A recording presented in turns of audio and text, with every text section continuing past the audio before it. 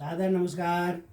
मैं कीर्ति वल्लभ शक्टा श्री नागार्जुन आध्यात्मिक एवं सांस्कृतिक पटल से गोरल देवता की कथा सुनाने जा रहा हूँ। पहले गोरल देवता की वंदना करता हूँ।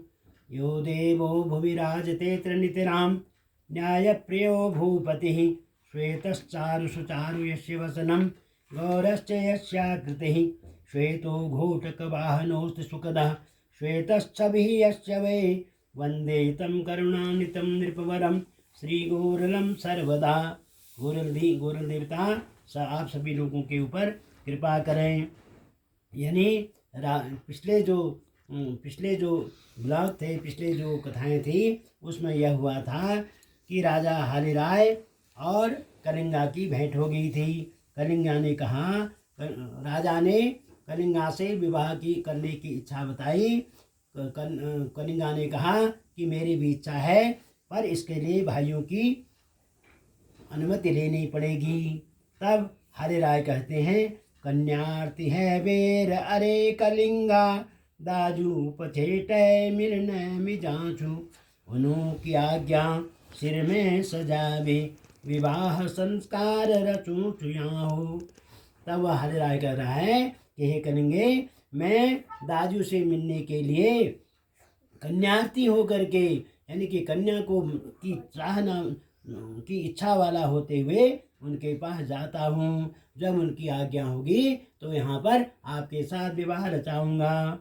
पैबेर आज्ञा सब देवतों की पुरोहित ले दिन पेट सोधी है गे यहाँ हो शुभ लग्न कियो तैयारी पूरी सब राजबाजी।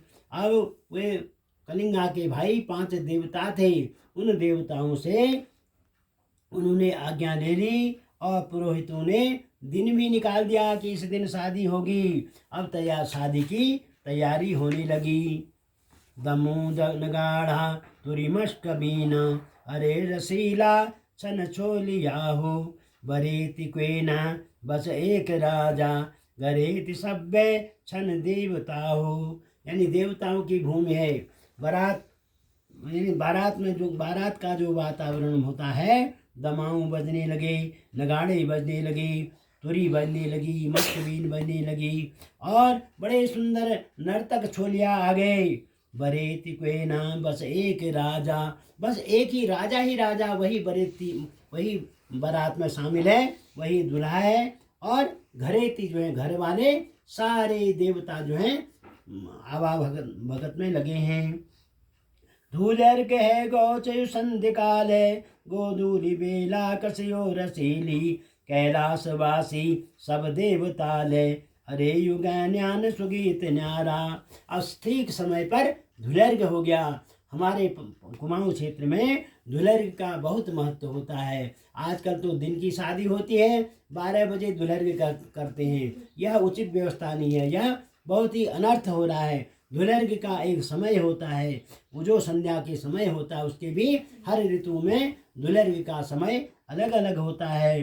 तो गोधूली जो बेला होती है, उस समय वर और आचार्य का वरण किया जाता है, अर्घ्य दिया जाता है, उसे धुलर्ग कहते हैं। और धुलर्ग हो गया। कैलाशवासी सब देवताले अरे युगान्यान सुगीत। कैलाश पर्वत के जितने देवता हैं, जितने देवता वहाँ पर निवास करते हैं, सब वहाँ पर आकर के गीत गाने लगे। जो तिल कुश खनहात लीबे भयबंद सभ्य मिलजूली बेरा संकल्प साथ है जलधार लीजी अहो ठड़ी न्यान ठड़िया छन पंच देव पंच। अब कन्यादान का समय आ गया। कन्यादान के समय जो कुछ तिल हाथ में लेकर के संकल्प लेने के लिए सभी भाई खड़े हो गए। संकल्प साथ है सतदान है गो कन्या खनयो वरदान है गो फेरा लगे साथ समाप्त है ज्ञा दुए के देखो मन मोह है गो। अब संकल्प के साथ ही साथ कन्या को वरदान भी दे दिया है, सातों फेरे भी लगे हैं। दोनों का मन, राजा हालीराय और कलिंगा का मन जो है बड़ा खुश हो गया है। फगारी गाली दिन लागी रे छी गीतों बठेया हसबेर कस्या हर्षैक संगय सब लोग आज खुशी मनोन्यान विवाह में या। अब क्या होता है, फेरे के समय जो फगारियाँ गिदारियाँ होती हैं वे वर और ब्राह्मण को गाली देती हैं गीतों के माध्यम से। यहाँ की फगारियाँ भी हाल राय को गाली दे रही हैं और मनी मन हंस रही हैं, यानी कि शुभ अच्छी गालियाँ होती हैं। सिंदूर ली बेर ठड़ी से राजा दुल्हनी पैठी घुंघची घुंघूची मांगे भरी ने सिरसु निमेया अहोच कैसो शुभयो प्रसंग। अब राजा जो है मांग भरने के लिए सिंदूर लेकर के खड़ा है और दुल्हन जो है संकोचित हो रही है और राजा उस पर जो है राजा क्या कर रहे हैं, मांग भर रहे हैं। आज की कथा इतना ही कहता हूँ। बोले गोरख देवता की जय, सभी संतों की जय, सभी भक्तों की जय।